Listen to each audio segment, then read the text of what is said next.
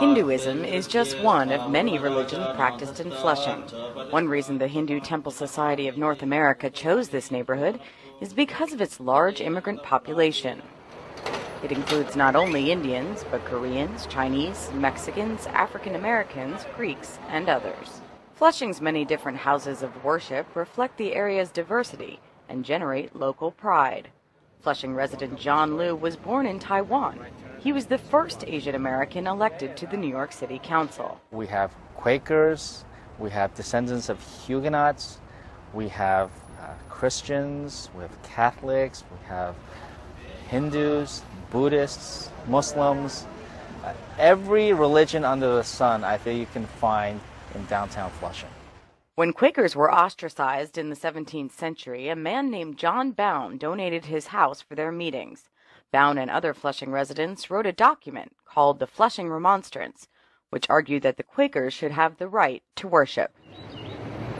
Bowne was jailed, he was eventually freed, and a Quaker Meeting House was built.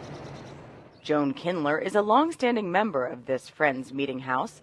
It is more than 300 years old, the oldest house of worship in New York State. Scholars have long linked this as the Remonstrance as being sort of like the First Amendment to the Constitution, guaranteeing religious freedom. Other religious groups came to Flushing after the Quakers. Richard Allen founded the African Methodist Episcopal Church in the city of Philadelphia in 1787 to escape racism in the Methodist Church.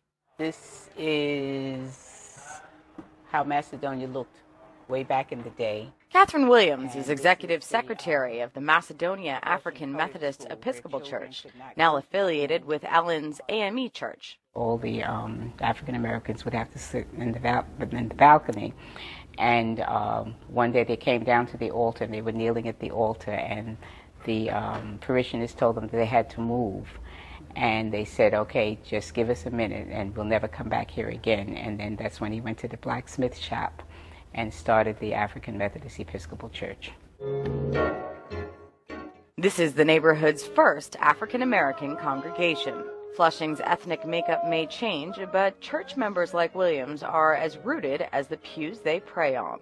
And she says they are also committed to respect for others and their religious beliefs. As long as they don't bother me, I don't bother them. You know, if I'm ever invited to go to one of their churches or, you know, one of their services, I don't have a problem with it. And they don't have a problem coming here. You don't make people unbelieve, and you don't tell them that, you know, my religion is better than yours. Down the road at the Muslim Center of New York, Imam Mohammed Sherwani says Muslims worldwide have an unfair reputation for violence. In Flushing, he says, Muslims are treated with respect. Fundamentally, basically, people are very nice. People are educated.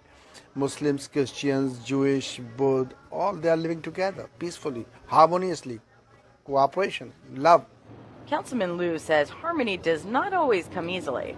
The community works at it. Do we have problems? Sure, of course. There are always rivalries between ethnic groups. There's competition for space and resources among religious groups. But all in all, we get together very well here in Flushing. And that's the legacy that they left us 350 years ago.